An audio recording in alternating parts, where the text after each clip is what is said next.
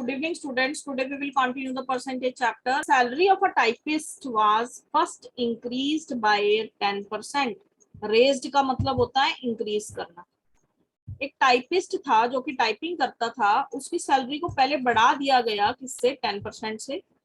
Then the same, ध्यान से देखना ये चीज क्या लिखी है. Then the same, अब उसी सैलरी को जो अब बढ़ के आई है उस सैलरी को रिड्यूस किया गया कितने से? 5% से. रिड्यूस का मतलब कम होना. He presently draws ₹1045. What was his original salary? वो कह रहा है ऐसा करने के बाद उसकी जो सैलरी है अब 1045 हो जाती है. उसकी ओरिजिनल सैलरी बतानी है. ठीक है.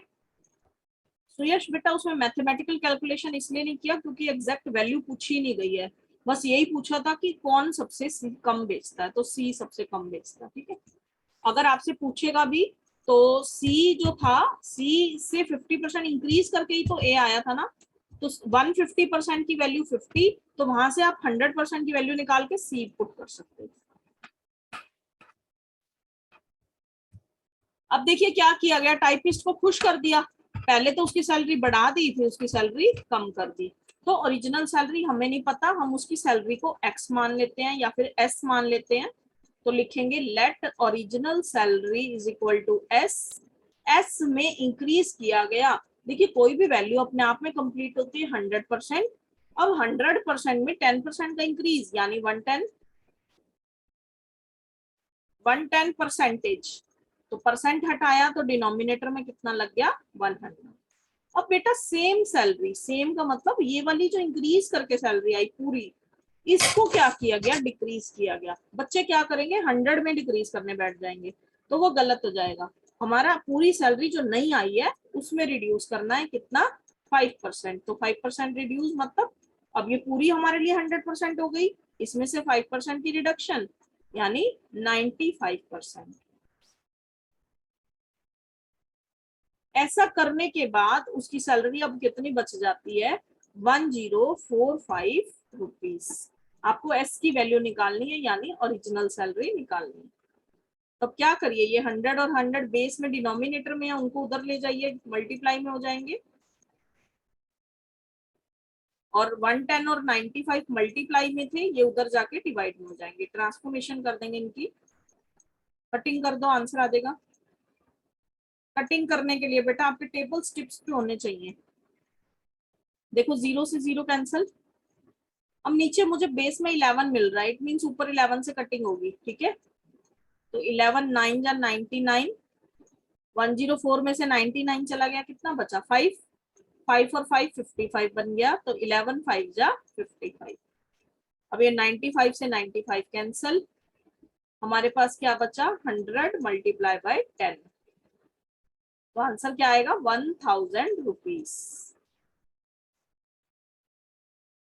सी ऑप्शन आपका सही आंसर आ जाएगा. क्लियर है? किसी भी स्टूडेंट को डाउट?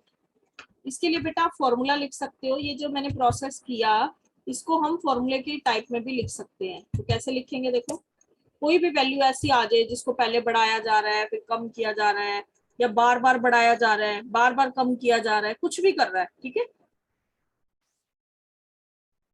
तो कोई भी वैल्यू होगी एक्स, जैसे हमने सैलरी को एस माना, तो मल्टीप्लाई करना पड़ेगा आपको किससे? 100 प्लस ए अपॉन 100.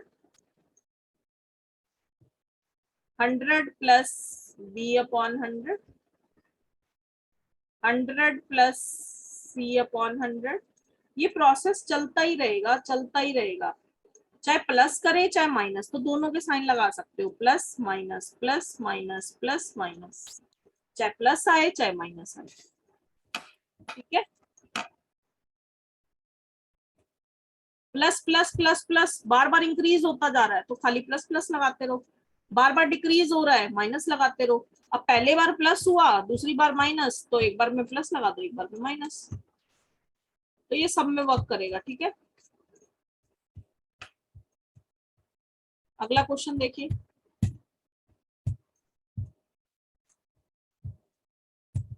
बिल्कुल same method. Tax on a commodity is diminished by 20%। Diminish मतलब डिक्रीज होना। किसी भी वस्तु के ऊपर जो टैक्स लगता था, जो कर लगता था, उसकी कीमत जो है पहले से कम करके 20% कम कर दी गई। 20% डिक्रीज कर दिया गया टैक्स। ठीक है। अब स्टूडेंट टैक्स कम हुआ किसी चीज पे तो उसकी कंजप्शन क्या होगी, बढ़ जाएगी। पहले लोगों को डर लगता था कि हाई इतना परसेंट तो टैक्स ही देना पड़ जाएगा, इसलिए वो क्या करते थे, उसको सामान को नहीं खरीदते थे। अब टैक्स 20% रिड्यूस हो गया, लोगों ने कंजप्शन बढ़ा दी, यूज करना ज्यादा शुरू कर दिया, तो कंजप्शन कितनी इंक्रीज होगी, 15%। आपको बताना है इफेक्ट ऑन रेवेन्यू। रेवेन्यू पे क्या इफेक्ट पड़ा, रेवेन्यू होता है हमारा कुल खर्च। ठीक है, तो बताओगे कैसे करेंगे।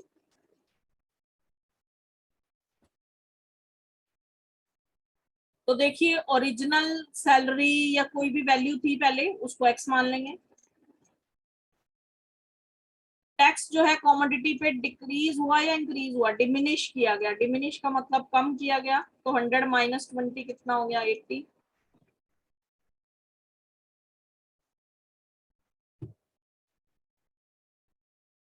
इस क्वेश्चन को ना आप एक और मेथड से भी कर सकते हैं, इसके लिए एक और भी मेथड है। एक फॉर्मूला होता है हमारे पास, सक्सेसिव चेंज। फॉर्मूले का नाम क्या है, सक्सेसिव चेंज। सक्सेसिव चेंज का मतलब है एक के बाद एक चेंज आना। जब आपसे कभी भी चेंज वाला क्वेश्चन पूछ ले पेपर में कि चेंज होगा या नहीं होगा, होगा तो इतना इंक्रीज होगा, नहीं होगा तो इतना डिक्रीज होगा, कुछ भी चेंज पूछ ले कि क्या फर्क आएगा, क्या डिफरेंस आएगा, तो उस केस में आपने फॉर्मूला लगाना है x plus y plus x y upon 100। ये आपकी बुक में भी दे रखा है लेकिन गलत दे रखा है, उन्होंने पूरे के नीचे ब्रैकेट लगा रखी है। ठीक है, तो आपको सिर्फ एक्स वाई के नीचे ब्रैकेट लगानी है। अब एक्स और वाई क्या है, ये वाली वैल्यूज। ठीक है, अगर ये वैल्यू इंक्रीज हो रही है तो प्लस का साइन लेना है, डिक्रीज हो रही है तो माइनस का। तो दोनों में चलेगा ये प्लस माइनस प्लस माइनस। अगर दोनों बार इंक्रीज हो रहा है तो प्लस प्लस, डिक्रीज हो रहा है तो माइनस। एक बार प्लस एक बार माइनस, एक बार माइनस एक बार प्लस, कुछ भी हो सकता है। ठीक है, और बेटा बात आती है यहाँ वाले साइन की। क्या मैंने यहाँ पे माइनस लगाया, यहाँ पे भी माइनस लगेगा, बट कब, जब दोनों में से कोई एक वैल्यू माइनस की होगी।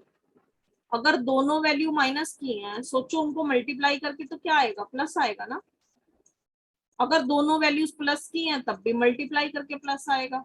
तो यहाँ पे माइनस कब आएगा, जब दोनों में से कोई भी एक वैल्यू माइनस की होगी, चाहे सेकंड वाली हो चाहे प्लस फर्स्ट वाली, तो यहाँ पे माइनस आएगा। क्लियर है फॉर्मूला सबको, एक्स प्लस वाई अपॉन 100। याद तो ऐसे ही रखना है लेकिन दिमाग में रखने आपने साइन, कि साइन कौन सा लगेगा। अब देखो वैल्यू डिमिनिश हो रही है, डिक्रीज हो रही है, तो कौन सा साइन आना चाहिए, शैलेंद्र बताओगे। Ma'am minus. माइनस का, तो क्या लिखेंगे, -20%। अब कंजप्शन क्या हो रही है, इंक्रीज हो रही है, कितनी, 15%। तो इंक्रीज के लिए प्लस का साइन।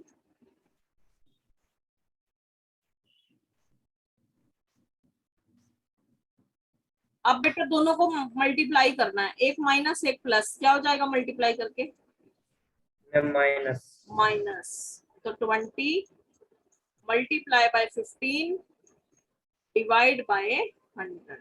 100। करो, जीरो से जीरो कटिंग, ये मल्टीप्लाई में है ये माइनस प्लस में है, इसकी कटिंग यहाँ ना कर देना, इधर इसी में होगी बस।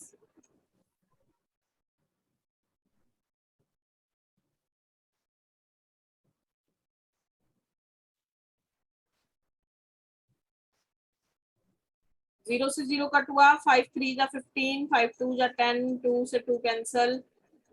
अब माइनस का 20 प्लस का 15 क्या आएगा? Ma'am minus 35 minus 35। Minus plus ma'am minus minus करेंगे ना दोनों को, माइनस प्लस माइनस होता है, तो 20 में से 15 को माइनस करेंगे, कितना आएगा? मैम 5 5 प्लस का आएगा या माइनस का? मैम माइनस साइन हमेशा आता है बड़ी डिजिट का, बिगर डिजिट का, तो बिगर डिजिट के आगे माइनस का साइन है। अब माइनस के 5 और माइनस के 3, माइनस माइनस प्लस, प्लस यानी इनको प्लस करेंगे, 5 और 3 8 हो गया। फिर साइन किसका आएगा? बड़ी डिजिट का, बड़ी डिजिट के आगे माइनस का साइन है। अब माइनस का साइन क्या शो करता है कि वैल्यू जो है वो डिक्रीज होगी। अगर आंसर प्लस में आता तो इंक्रीज बाय 8% लगाते, अब क्या लगाएंगे? It decreases by 8%। 8 समझ में आया सबको? ये फॉर्मूला इतना ज्यादा इंपॉर्टेंट है, इसके ऊपर क्वेश्चन आता ही आता है कि पहले वैल्यू बढ़ाई गई फिर कम की गई, या दोनों बार कम की गई, दोनों बार बढ़ाई गई। पूरा वीडियो देखने के लिए और लेटेस्ट एग्जाम अपडेट्स जानने के लिए डाउनलोड करें कैरियर डिफेंस स्कूल का एंड्रॉयड ऐप।